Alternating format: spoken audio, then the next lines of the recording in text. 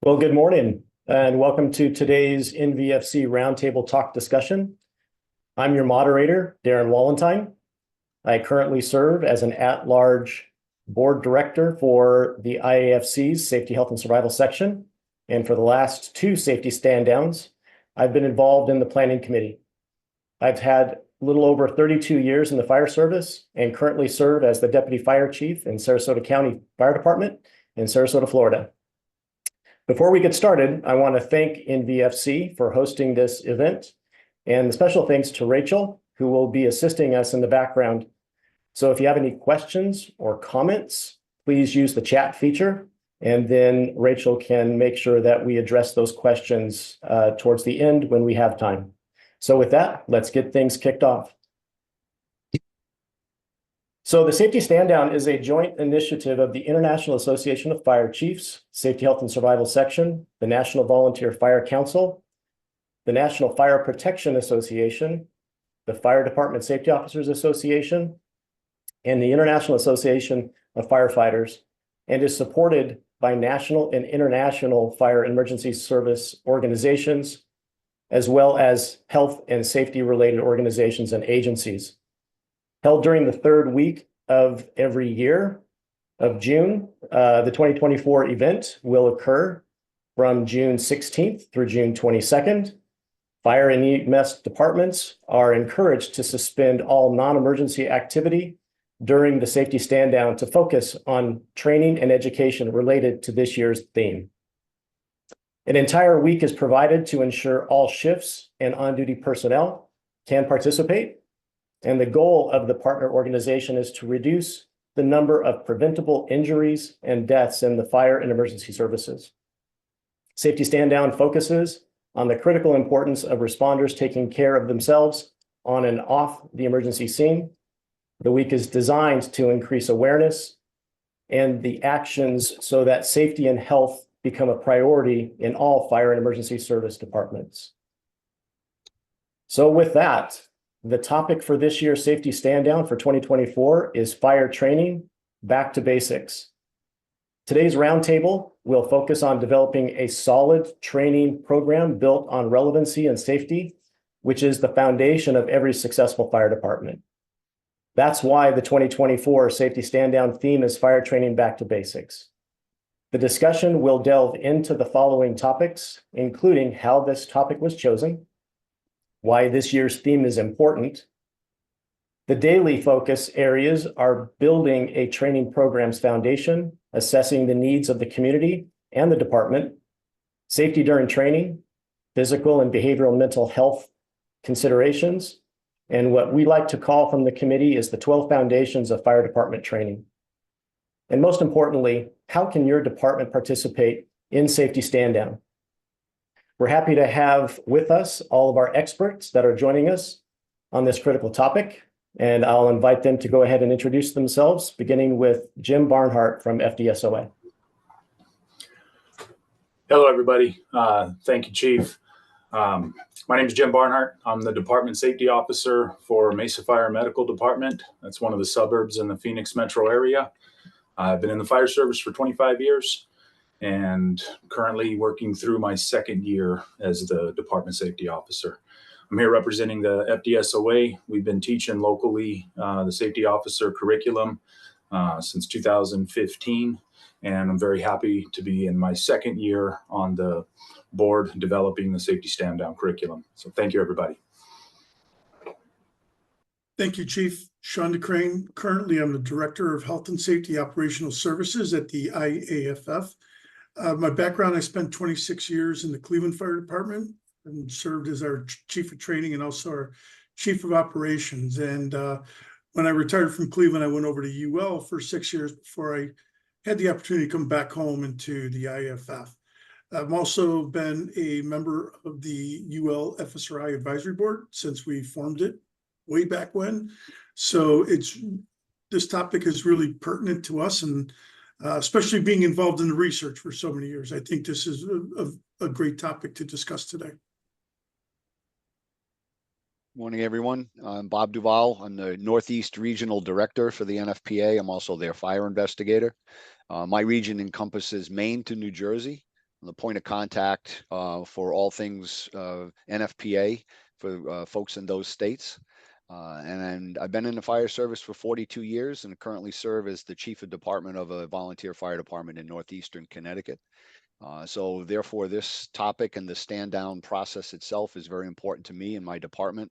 And we often will take time during our training in June to address the topics that are covered in each year's stand down. Good morning, everyone. My name is Tom Miller. I'm the West Virginia Director to the National Volunteer Fire Council. I sit as a voting principal on the NFPA 470 Technical Committee, which deals with hazardous materials and weapons of mass destruction. I have been an instructor with West Virginia University Fire Service Extension since 1990, and I on the National Volunteer Fire Council since 2008. I currently serve as the chair of the Hazardous Materials Response Committee and the Homeland Security Committee for the National Volunteer Fire Council. I'm also an instructor with the National Fire Academy and several other different training organizations. Good morning, everyone. My name is John Schmidt. I'm currently a retired fire chief. I reside in Florida. I've spent almost 39 years in the fire service. I've served in most positions throughout every organization I've worked in. But most importantly to me, I've been a training chief at 3 different organizations and an adjunct instructor at the St. Petersburg College Fire Academy. I'm also an at-large director for the IFC Safety, Health, and Survival section, and I'm excited to be here and be part of the Safety Stand Down this year. I have spent throughout my career many weeks participating in Safety Stand Down, and it is critically important that all get to participate. So I'm excited to be here and be able to be part of this group. Well, I just want to take just a moment and thank all of you for participating today. If there's one thing that we can take away from the Safety Stand Down is that this is a group effort. The collaboration amongst all of these partner organizations, this Safety Stand Down could not, be possible without that collaboration. And we significantly value the partnership with all of the partner organizations. So thank you for being here. So after those introductions, it's time that we can jump into some questions for our panelists, and then we'll see where the conversations go. So let's go ahead and start off with Jim Barnhart. The topic for this year's Safety Stand Down is fire training back to basics. How did the Safety Stand Down Committee land on this particular topic? Thank you, Darren. Well, I think every year we try to accomplish the task of identifying something that's relevant, right? Something that's going to help target a gap in the fire service or reinforce things. We start off by looking regionally, locally, where we're all our respective jurisdictions, kind of what's going around. And then we talk amongst our peers, our professional colleagues that we work with daily. And we bring that back to our group on the planning committee for Safety Stand Down. It kind of organically comes to fruition, right? We have this group think where everybody's throwing out ideas and topics. And after meeting, you start to see things rise, things that reappearing, things that come up consistently. And training certainly rose to the top this year. With this group discussion, thanking all the organizations that participate in it, right? We kind of vet it and it starts to shape and just form up. Tom was instrumental on starting us out this year on our fundamentals of training. That grows.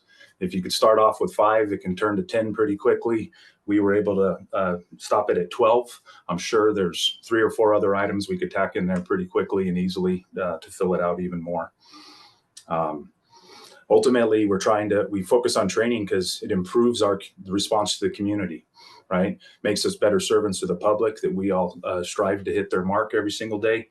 But it also helps to improve our safety and our effectiveness, right? With competent training that makes us better at our job and ultimately allows us to serve the community a little bit better. So thank you, sir.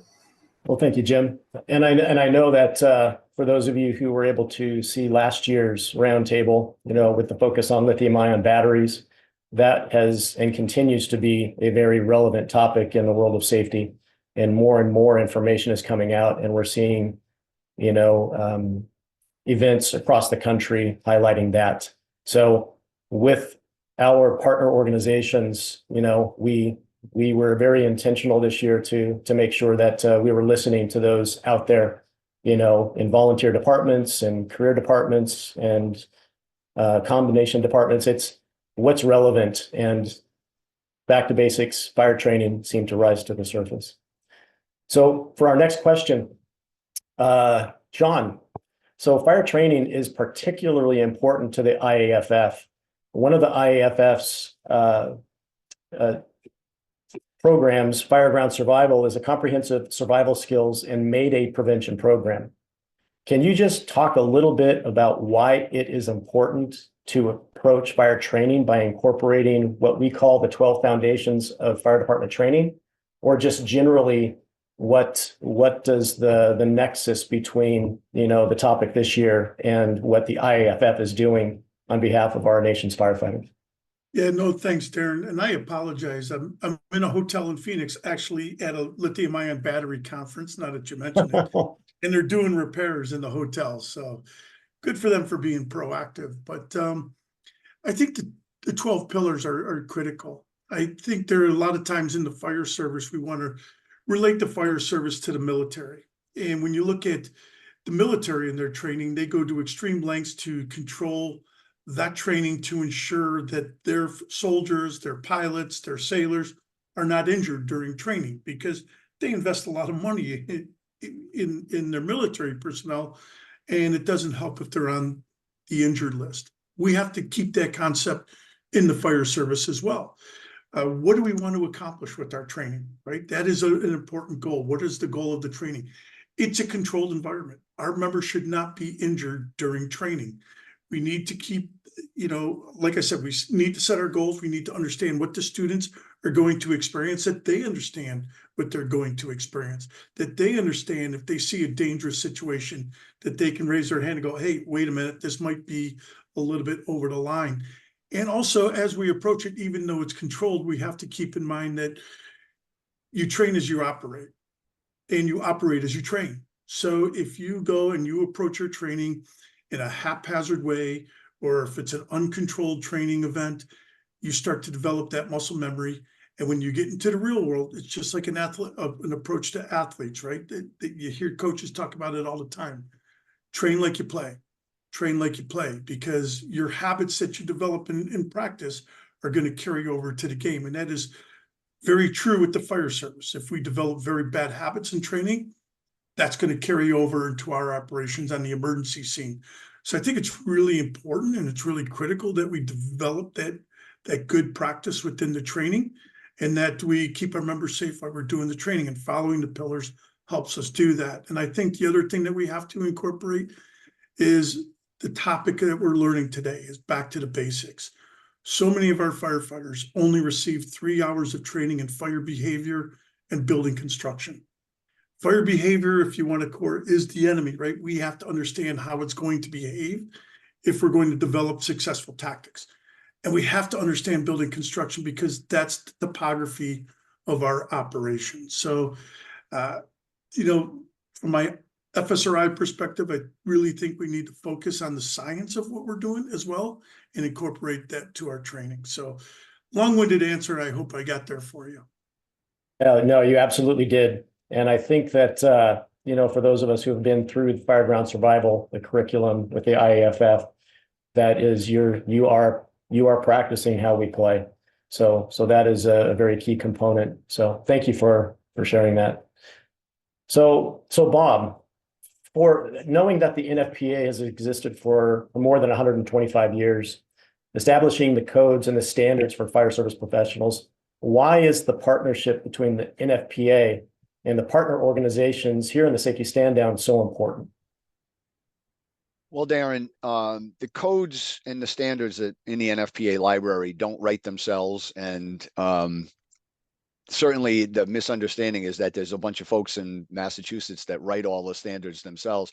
They're all written by folks that are involved in the process, and all of the agencies involved in this call and many of the folks that are on the call while listening in participate or can participate in the process as stakeholders, whether committee members or giving proposals or comments on proposals as part of the process. So everyone gets involved or can get involved in the process in one way or another. Tom mentions he's a committee member. That's a possibility for folks to get involved and sit on the committees. Or if you have a standard that you're particularly interested in, whether it's training or hazmat or rapid intervention, live fire training, certifications, things like that, you can read the code or the standard online and make a proposal for it. So these standards become living documents, and every 3 to 5 years they change with emerging technology. You mentioned batteries. 10 years ago, lithium ion batteries were a non-starter and nobody was really too concerned with them. And then came hoverboards, and then came laptops, and then came cell phone batteries, and then micro mobility, EVs and things. Now look at the amount of training that is out there in that realm. NFPA is working on a potential standard now on batteries in general. We have one already on battery energy storage, but that didn't come to fruition unless somebody made a proposal for that document. And emerging technologies, to Sean's point as well, emerging technologies are hard to stay in front of because it happens so fast and the standards can't keep up in some cases. And when they get to a point where everything is good, spot on, we're doing the training, it changes. And everyone needs to participate in the process, whether it's career firefighters, volunteer firefighters, safety officers, chiefs, hazmat people, EMS people, everyone can participate in the process and make the standards better. Well, thank you. I really appreciate that. So, Tom, we've heard this, a few times now in this roundtable about the 12 foundations. So what was the origin of the 12 foundations of fire department training and the topic that we chose this year? Just give us a brief rundown of what the 12 foundations are. Well, what we did, as Jim stated, we started taking a hard look at the data that showed that since the early 2000s, over 200 firefighters had died in training events. And that was pretty scary when we looked at, the different root causes. So when this committee got together, as Chief Valentine stated, it's a collaborative effort. And we started off with what we called the 10 commandments. And we really didn't want to shit on people. We didn't want to tell people how they had to do it because every situation is different. But what we wanted to do was make sure that people had a clear reference guide that they could walk through as they're developing their training program, focusing on behavior, equipment, standards, and training. So we started at the beginning and developed it, and the 10 commandments morphed into the 12 foundations. And it starts with setting goals. Take the time to prepare, assign members, make sure that you have a plan for the training. Train like you operate. We always heard the saying, train like you fight. Well, we're not always fighting. Sometimes our operations are more complex. We wanted to make sure that you did everything possible to ensure safety and follow guidance documents like NFPA 1403. Make sure that your instructors are properly trained. Do walkthroughs. Don't be pulling rabbits out of your hat and, surprises on students. How many times have we all seen that in training? Oh, let's throw this in just to see how they react. That is what, going off script. We talk all the time about the worst enemy to an incident command system is freelancing. Well, it shouldn't be occurring in training either. Then we talked into maintaining situational awareness, something that Chief Gasaway has preached all over the country, and he's been a key focus of our prior safety stand downs. I've been part of this process now for several years, and it's amazing how some things just come full circle. Then we wanted to make sure and acknowledge and accept your responsibilities. If you're a training officer or a fire service instructor or a line officer or a chief officer, you have to own that training program. And then it goes into, you got to know when to stop. Not not all training is going to go as planned, and you don't have to hammer a round peg into a square hole. Don't force unsuccessful outcomes. And then, of course, with the Lavender Ribbon Report and other things that have come up, we talked about the need to properly decon and rehab your people. Of the 260 some firefighters that had died in training since 2000, a good percentage of them, almost 43%, were the direct result of cardiac events. And we got to make sure that we're taking care of our people. We're not out there training them to kill them. We're training them so that they can have long, productive careers in the fire service and go out and help other people. We also talked about incorporating mental health training. You know, in the NFPA 1001 document, which is soon to become 1010, and even the documents that I work on, NFPA 470, we talk about, you know, sometimes situations have bad outcomes. Let's all face it, we're all in the bad day business.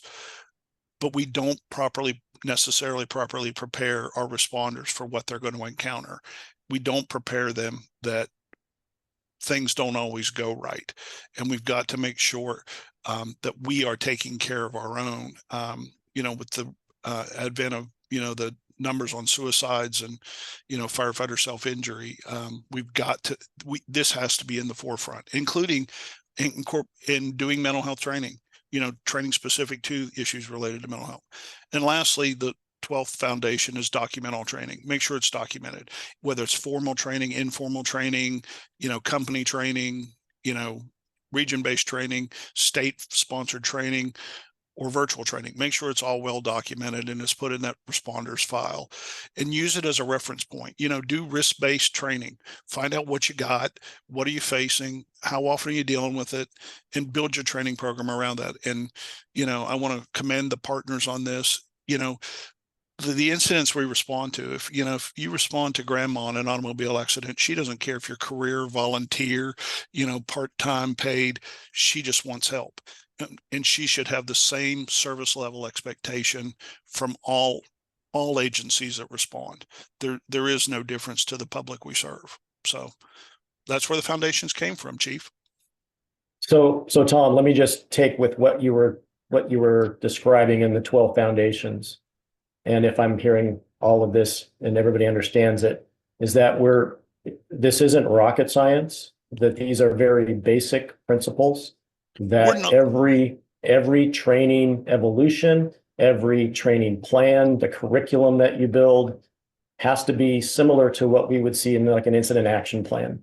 Yet you have to take into all of this the inevitable possibilities of a very dynamic training situation, which every scene that we encounter, whether you're career or volunteer, is going to be a very dynamic situation. It's all of this is a part of the very intentional approach to training. So exactly, Chief. Okay. And so part of one of the deliverables of the safety stand down this year is that there is a resource that is downloadable. And so you can download your own, the 12 foundations of fire department training. It's either in a 8.5 by 11 or on a larger poster size. And you can go to the website at thesafetystanddown.org and you can download that as a guide for your training staff, for those who are going to conduct training, company officers, chief officers. But in essence, something very similar to what we've seen in the past, like in the wildland scenarios where we have the 18 situations that shout, watch out. It's very to the point. It gives you the information that you need so that you can be successful and make sure that everybody stays safe. So it's just one of those things that we just wanted to make sure that we hit that as one of our deliverables this year. And Tom, I thank you for the extra, work that you've been doing on behalf of our safety stand down this year. So, all right. So John, as a representative of the IAFC and specifically the Safety, Health, and Survival Board, why is it important that chief officers take an active role in developing training foundations like the one that we're addressing this year's topic? Sure. Thanks, Chief. I think I'm going to state the obvious, is that fire chiefs need to be involved. They need to know what is pertinent. They need to know what the risks are in their community, the risks of their organizations, So it's very important that chiefs at all levels understand the development of these different foundations, like this year's topic of back to basics. I think it's very important that that our membership, the men and women who do the job every single day, know that the chiefs are involved with preparing the training. And as has been stated already, it's so important that we practice the way we play. But that means from planning and understanding what the objectives are, all the way down to that that wrap up, that tabletop at the end of the drill, to make sure that the objectives were met, make sure everyone's healthy, everyone is in good condition. The objectives of training are not only to be able to do the job to the best that we can, but it's also to prepare us for those circumstances that just don't fit into that square, as Tom just mentioned, trying to put that round peg into a square hole. But we give you enough basic training that you can kind of think on your feet, but also make sure you're taking into account the safety of what you're getting ready to do when you've not experienced it previously. It's obvious today, what we are experiencing when we go to, and I'm going to talk specifically about fires, but it can go beyond that. We're talking about lithium batteries and all that. There are risks to every incident that we go to, and we need to be prepared. Quite honestly, the manufacturers, they don't care. They have certain rules that they got to follow to get product out. But when it's under fire conditions, there's things happening that can hurt us. And the chief needs to know that, all the way down to the new recruit. So I think it's really important that we as chief officers stay involved in trainings and preparing these trainings and being alert to those risks that our members are experiencing every single day. Well, thank you. I appreciate that. So from the safety officer perspective, Jim, given the overwhelming responses that we had last year to last year's topic of lithium-ion batteries, what specifically are we looking to achieve this year with this back to basics topic? It seems as though, we've got a lot of the top minds in the country from the different organizations, but what are we seeking to achieve with this particular topic? I think the easy answer is makes us all a little bit better, makes us all a little bit more effective. Last year, we definitely hit the mark. It's probably due to all the fantastic people that helped put that content together last year. But really, it was the gap in the fire service. We were missing response procedures to lithium-ion emergencies. And that road was being paved kind of in front of us, but it made it an easy target, right? I think jokingly, even amongst our committee and the planning committee, we talked about, man, we could do lithium-ion 2.0, because there's still so much content. So many of our panelists here have referenced lithium-ion, but the gap in the fire service is what we targeted last year, and we did hit it. What are we looking to get out of this year is we put a phenomenal resource together through safetystandown.org. And what I like to say to our organization is use the resources, use the tools that we're giving out to the fire service to identify what are our deficiencies. Okay, Safety Stand Down Week is a lot for all of our organizations to digest, but it's 1 week that we are giving to ourselves, right? Focus is all internal on us. I think you could pick or choose, right? Some of the areas, your department might have a phenomenal peer support behavioral health program, but there may be some additional resources in there through the IFF or other that are there. So extrapolate what you need, but you can break down each day and go in, spend some time introspectively to see where your organizational gaps are and what your community gaps are, and then use those 12 foundations as a roadmap to chisel away at them, chip away at it, right? To help improve your organization and ultimately the response to the community. And it makes us all safer when we're doing that. So thank you. So Jim, I'm going to stay with you for just 1 second, because we have a comment that's up in the chat, and the word that just stands out to me is freelancing. And so when we have fireground training, and we have the training staff, how often are departments actually assigning a safety officer to prevent the freelancing of, things kind of getting out of control? Because you might have great staff, but you might have so many people that they're overseeing, you lose the span of control. So from a safety officer perspective, what are some of the things that we can, focus on fireground training and assigning some of those key roles like we normally would do in an incident command system? Yeah, thank you, sir. I think it's dependent on organizations and what type of resources you have. We've taken our live fire training into a smaller group format. Maybe it's not a 3-in-1 operating on the fire ground on the drill site at any one given time, but our last live fire evolution, we limited the span of control. So there was 2 instructors, one providing the information to the attendees. The other one was there strictly as a lookout, right? As a safety, as a check and balance to the overall group. We got great feedback and positive results from it.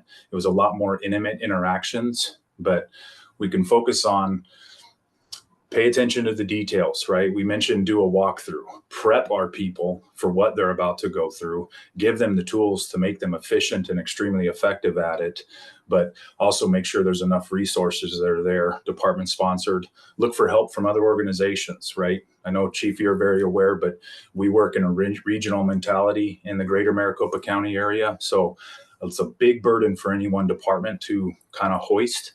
But if you can ask for help from your partner agencies that are around you, help increase the amount of instructors you have, increase those checks, those check downs, and the safety of overall everybody. So.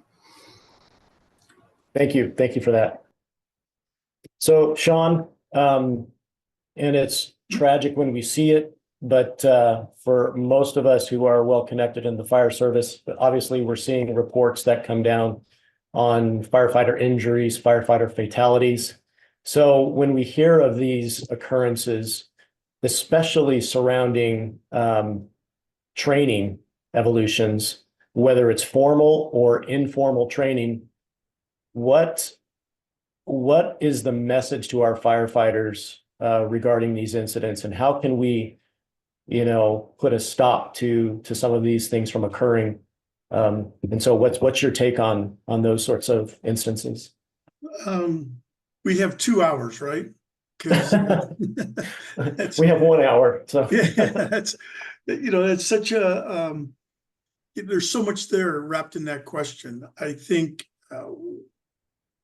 from some perspectives, our firefighters believe that training has to occur in a burn building. You only get valuable training in a burn building. And that's not necessarily true. I mentioned it a little bit earlier. I don't think we focus enough on the basics of our job. We don't focus enough on the science of our job. And we really have to have a good understanding of that. So I think we really need to start focusing a little bit more in the classroom, right? Let's start teaching the very basics. Again, I'll go back to the FSRI aspect, but what is fire behavior? What is the impact of ventilation? What is the impact of wind speed, wind direction? Every action has a reaction, and our firefighters have to understand what that reaction is going to be. Then you can take those lessons that you're taking into a classroom and then take them out to the burn building, take them out to an acquired structure. And again, going back to the 12 pillars, be focused on what the lessons that you are teaching in that day or in that evolution. Don't try to accomplish everything at once. We really need to focus on what we want our student firefighters to understand or to take away from that particular exercise. And that goes from the basic recruit up to a seasoned firefighter. I know in Cleveland, we have had required structures and we've brought senior companies down and have gone through them. And if they aren't practicing that skill or utilizing that skill, they get rusty and you could see it. But again, it depends on your approach. If you're sitting there berating them, you're going to get pushback. If your approach is, hey, this is a critical skill, this is going to help you to save yourself or your fellow firefighters. This is a learning opportunity, right? We're here in this together. Again, you get buy-in. We should not be losing firefighters in training exercises. We don't have to be in the fire, in the burn building to accomplish everything we want to accomplish. In fact, I think we can accomplish a lot more by spending more time in the classroom and then incorporating those lessons out onto the burn ground. Because sometimes we have very few training, I think Tom hit on it and John hit on it, everybody's hit on it, the value of training, that sometimes we try to rush everything and try to accomplish everything in one evolution. And we have to, again, understand we cannot replicate the real world in that burn building. We're dealing with a non-combustible building. We're dealing with controlled materials that we're using under 1403, and that's fine, because we're not there to recreate the real world. I mean, we can make mistakes on that training ground, opening windows or opening doors that are not going to have consequences just because of the type of materials we're working with.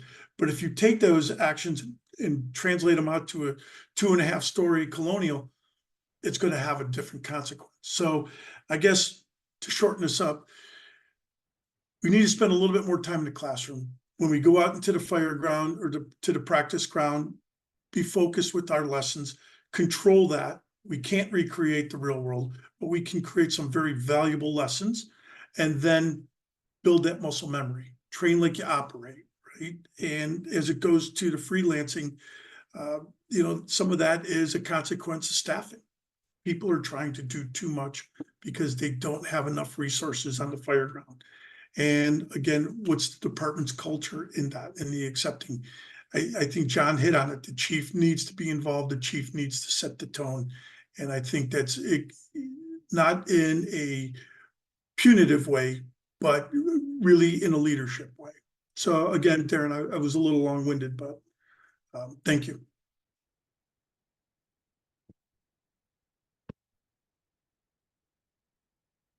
Did I put him to sleep?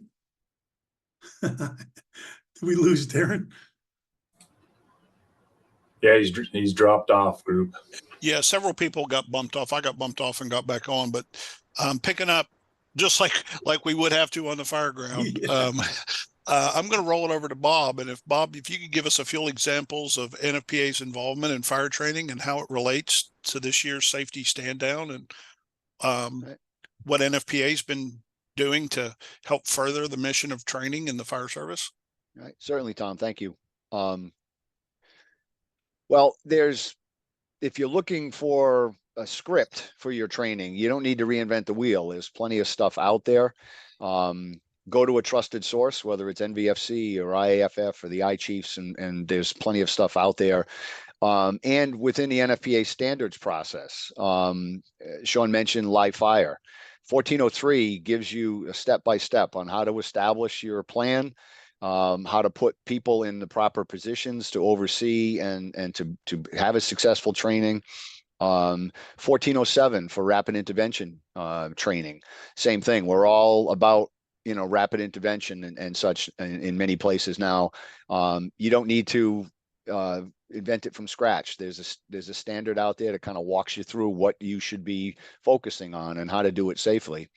And there's an encompassing document, NFPA 1410, which covers engine company operations, ladder company operations, and such. And there's things on tech rescue. There's things on hazmat. They're all in the NFPA library as your basic items. And this is what your fire academies are working towards on the certification side. So if you go get your Fire 1, Fire 2, hazmat, ops, tech rescue, and so on, that's the script they're following. But to get back to the point that we've all made here, you have to practice like you play. So when you're training, and don't use 6 firefighters to throw a 24-foot ladder if that's not realistic in your staffing template, whether it's career or volunteer. We use the phrase daytime staffing in the volunteers a lot. On a Sunday morning at 11 o'clock, you could get 10, 12, 20 firefighters to turn out for a fire. That same fire at Tuesday morning at 10 o'clock, you're not going to get that same turnout in a volunteer situation in many cases. So practice the way you play. throw that 24-footer with 1 or 2 firefighters to say this could be a realistic situation. Advance a hose line with 1 or 2 firefighters to get it to the door to prepare to go in. Practice transitional fire attack if you have to hold the fire in check while you're waiting for your interior crew to assemble and do that. So all of these things are spelled out for you. The NFPA has many documents in their library, and then there's other stuff based on NFPA that's out there. And the internet's a wonderful thing as long as you vet what you're using and don't just grab something off of TikTok or YouTube and say, hey, this would be a great drill. And if you don't watch the video all the way to the end, you find out that there's something that's not going to follow your SOPs or SOGs. So as part of one of the foundations, vet what you're going to do, use the script, but make it realistic for your company's operations.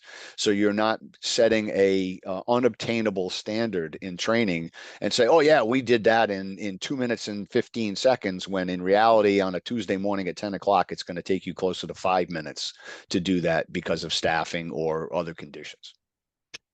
Bob, I'd ask you to follow up on one standard you didn't mention, which was the 1041 standard, which provides guidance to fire departments and emergency services organizations on what should be expected of their instructors and trainers. Can you touch on that just a little bit?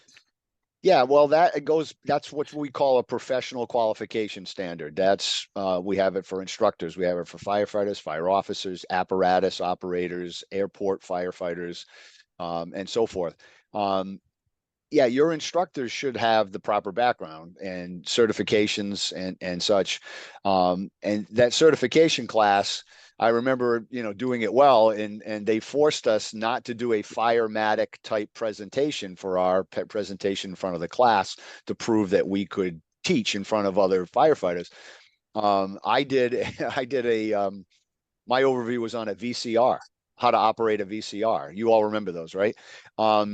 But that was what it forced us to get out of our comfort zone. I could have talked all day about how to throw a ladder, how to deploy a hose line, how to put a tourniquet on, things like that. But they take you out of your comfort zone to make sure that you're good in front of others, making your points and hitting on certain topics. So that's what that standard, does. It walks you through that process. So, it's a special niche in the fire service in instructors. Not everyone's an instructor, and everyone should be a student along those lines. But make sure your people that are teaching the class know the subject matter and are proficient in it, have a background in it, and aren't just reading off a script of something they downloaded 2 minutes before the drill started offline. Thank you, Bob. Well, I see Chief Walentine's back. Glad you could join us, Chief. Thank you. I'm glad you were able to take over there, Tom. I appreciate it. Stepped in, and he just covered topic number 8. So okay. All right. Well, I apologize for the computer locking up and the scramble to try to get back on. So we'll just keep going, and I know that we do have a little more time left, so that's all good. So it's going to go to you, Tom. So you're up. So as a representative of the NVFC, what areas must we consider when developing a training guidance for our volunteer firefighters? The first thing I would suggest for volunteer fire departments is to do a comprehensive risk assessment. Take a look at what you're actually responding to. A lot of times I see fire departments are spending 80% of their training time training for things that are rare to extremely infrequent occurrences. Having been all over the country and trained in all 50 states, I go out west and they're training on grain rescue. They're training on automobile accidents. They're training on, wildlife emergencies, wildland firefighting. Make sure that your training program matches the response needs of your community and your organization. At the National Hazmat Roundtable, we recently talked about hazmat curriculums, and they're talking about training people to put on a Midland C kit. And in the past 50 years, there's one documented incident of a fire department deploying a Midland C kit. But we spend 2 hours training how to do that in a hazmat tech curriculum. Make sure that you're looking at a safe training environment. There's a lot of use of acquired structures in volunteer training programs. That's bad, in my opinion. That's Tom Miller's opinion. I'm not meaning to pick a fight, but you cannot predict that building. You need to have more control over the environment. You've got to, I understand that you have to use the resources you have, but you also can't, risk the lives of firefighters, by just this simply saying we have to have a training on something. Look at free training resources that are out there. There are lots of federal programs out there that will bring training, the National Fire Academy. There's online trainings, virtual trainings for the IAFF, IAFC, PHMSA, the Pipeline Hazardous Materials Safety Administration, the Fire Department Safety Officers Association, lots of programs out there. Make sure your program matches the response needs of your community. And again, that does not excuse the volunteer fire department from having a plan and for ensuring that the instructors they use are competent and proficient. Don't focus on having certificates and files. Focus on having competent first responders. There's a lot of people that focus and they have that I love me wall with all their certificates, but they really haven't achieved competency or proficiency in the skill sets. And that's the one thing I wish that I could convey to the volunteer fire service. Get away from focusing on certificates, focus on competency and proficiency. And Tom, I'm just going to also dovetail with that statement. And there's actually a comment in the chat that, it needs to be reasonable. It needs to be fit the requirements. But I think that's the entire emphasis for this year's safety stand down is back to basics. ABCs. Let's make sure that we're doing it right and have a good foundation before we start to do things that are more advanced. And I think that's going to, be huge benefits moving forward for folks to kind of like just do a little bit of a reset. If we're going to use, the term recently from, fire behavior and doing an exterior reset, things of that topic where it's basic is what we're trying to achieve.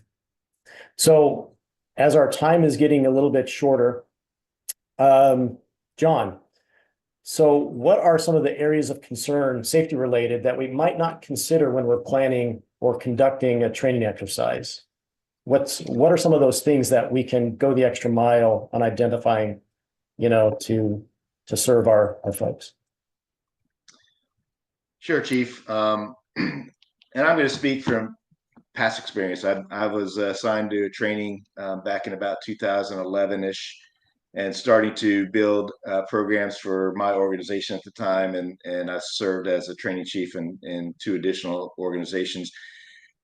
And having been a firefighter, being a company officer, there was a lot of times when we were doing organized drills or even company drills, and we just kind of forgot about safety. We kind of mentioned it, hey, let's make sure we be careful and wear our bunker gear and all that kind of stuff. But I think that we have to be more deliberate in our planning process. Even company officers, many organizations, in the job description of a company officer, whether it's a lieutenant or captain, that talks about training your crew, training your company, and you have to take that serious. And I think that having a document as a reminder, hey, did you discuss what are your objectives?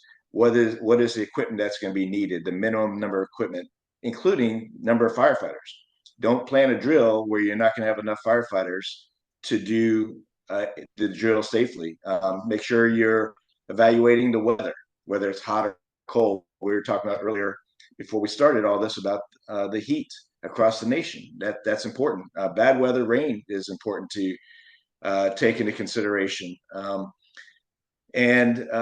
Also, we got to make sure that when we discuss those, going back to the objectives, that our firefighters understand what that objective is. There's so many chiefs out there, training chiefs and training organizations, that think you show up and we're going to surprise you and we're going to see how you do. And then I don't think that there's any value in that. I think that this is a training opportunity to train and teach our people how to do their job better and safer. I think that, many times we need to have a safety officer. You can do it as a company, do a company drill. And for instance, what I like to do is, me as the officer, if I was putting the drill together, I was considered the IC, so to speak, and I would assign one of my other officer or one of my other members, hey, I need you to pay attention to safety, and you kind of make sure that we're doing it safely, and identify that and document that. I think that that's very important. But we also need to come back and remind everyone that safety is everybody's responsibility. As we talked about in the 12 foundations, everyone has to be empowered to say, stop. This is not safe. Something is going wrong. Someone, we don't want someone to get hurt. There's some circumstances, where we need to have RIT set up. We need to have proper PPE. What is proper PPE for the drill? Tom was talking about, and others were talking about, you don't always have to be on the hard deck. Sometimes being in a classroom is the best opportunity, best use of time to train some of our people. But we have to identify what that proper PPE is. If you need to be in full bunker gear, then make sure you are set up to take care of your members after that. Make sure you have some type of rehab available, whether it's fluids, whether it's something to eat. All of those things are very, very important. And decon. Right now, decon is kind of my world, and I believe in decon, and we talk about it. And I've always said this since I've been in training: is we can't just have an objective as a checkbox for the IC. It can't be just, as an IC, I got decon set up, and we don't pay attention to make sure that our people are using it. 60% of our people are dying LODD every year due to cancer. We've got to train them, whether it's a company training or whether it's a multi-company training, to utilize the resources that we have available to minimize those exposures. Even if we're not in smoke environments, it's okay to go through that exercise to make sure our people are confident and committed to using those resources to do that. I could go on, but due to time, I'll cut it off there. Well, thanks, John.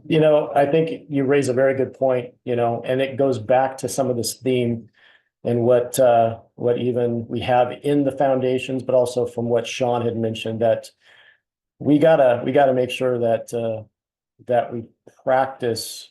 I mean, in our practice and our training, that we need to replicate what is being done on the emergency scenes, and build that repetition. It's our main job is for the safety, the health, the wellness of our fellow firefighters, and making sure that they're going to go home every night.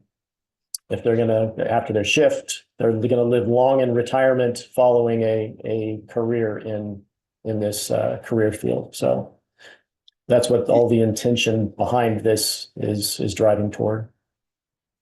Yeah, I'll just add to that, and I don't remember now who mentioned earlier about the athletes. You look at whether it's a college team or professional team, those athletes are not pretending when they're training. They are really doing it.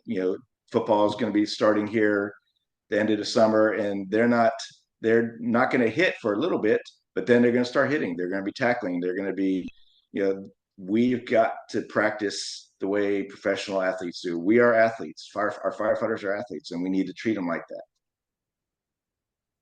All right.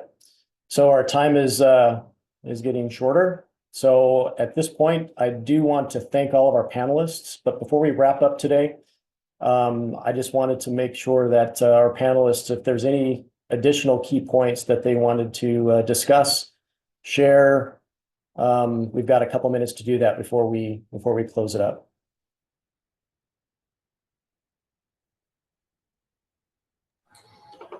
Chief, Go ahead, Jim. maybe touch on something here just to reinforce. I know John brought it up. It's been said a couple times here, but I think when we talked about preliminary exposure reduction, right, that washed down.